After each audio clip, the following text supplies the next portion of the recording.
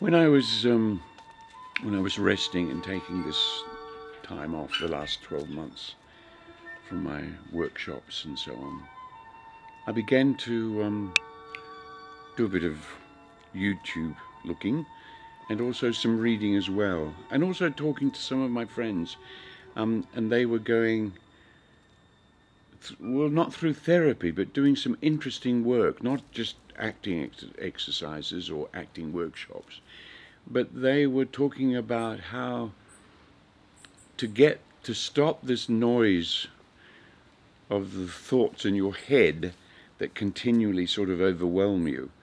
I remember just recently seeing Dave Rubin interviewing Eckhart Tolle, and he said, we have to get away from the thoughts thinking us, which I thought was a very good term, whereas we think the thoughts, that we're in control of the thoughts. Otherwise they just come unwarranted and unwelcome and can overwhelm us in a way. So speaking to these people and reading as well, I noticed that they were looking at, and what was really helping them was working with the senses. So rather than sensing all these thoughts, that they would sense their backside on the chair. They would sense their feet on the floor. They would sense their arms closed in front of them, for example. And that would bring them down into this body, away from this head. And I began to think, this head, what is it? And in the workshops that I've done in the past, I've divided the human form, the physical body, into three major categories, which is the head, the trunk, and the limbs, legs and arms.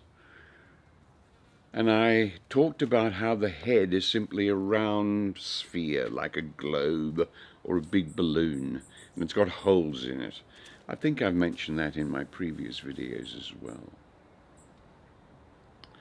And I began to sense in the workshops that I was doing on the senses how important the senses are, and we can really use each one to find out many things, particularly when we're working on atmospheres.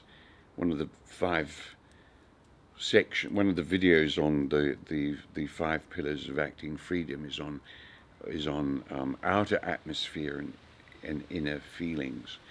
And it's good to look at that again, because I go into quite detail of how we can use the senses to create atmosphere. But if we looked at, for example, these holes in our head, there's 2 eyes, 2 ears, 2 holes in our nose, 1 mouth, and 1 skin. So the organs are important. Eyes for seeing, of course, this is common sense. It's good to bring it to a certain consciousness and awareness, and of how as actors and as artists as well, no matter what field we're in, we can use these senses to really help us. The eyes, the organ to see is the eye.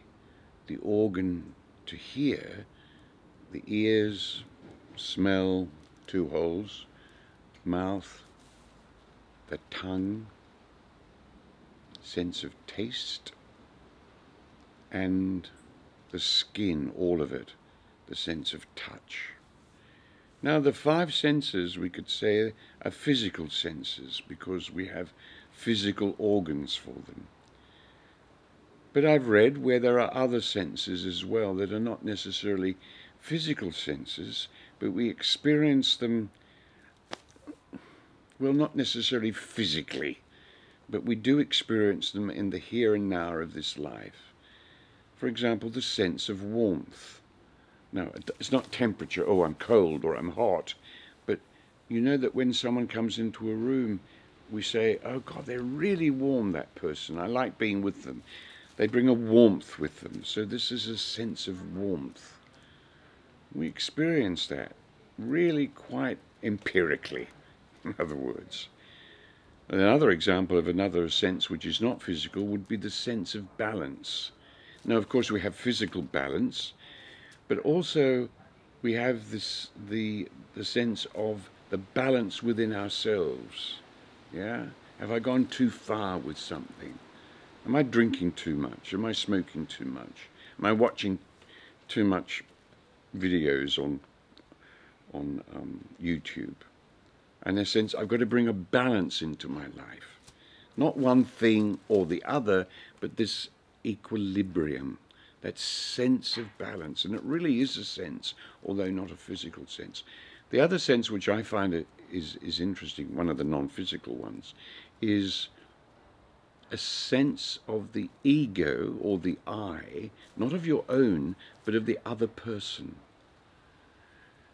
And that's connected with the sense of touch, because actually when we look at them, the other person, and really see them and consider them, we're actually touching them with our eyes.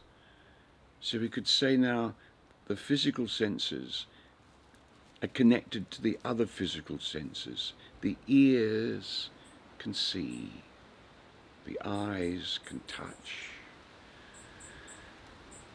The smell, the sense of smelling, can also hear and intuit something beyond and behind that smell, something else. So for actors, this working with the senses is more important than I think we realize. There's this tendency, and I think it's last century stuff, which was to feel something. For something to be true, I've got to feel it. And I'm suggesting that when we work with our senses in an artistic way and apply those senses to our work in many different ways. For example, character, you can use it with your character. A person that is actually curious. The sense of sight would be terribly important, going out into the world and looking. Also, for example, if you're playing a very sensitive person, an aesthete would have this sense of taste, not only taste of food, but a sense of artistic taste, of the taste of putting furniture together in a room, the taste of a well-dressed person, for example, you could use it. So it has many, many, many uses. And I think what that does now, it brings us away from the head, the thinking, the intellectual, the rationalization of how do I create my character. I've got to think about their biography, and I've got to do all that thinking head stuff, analyzing, which is death to the artist. With the sense, the work on the senses, and the different senses, the physical and the non-physical ones, can really make such a difference to take us into another level of our work as an actor.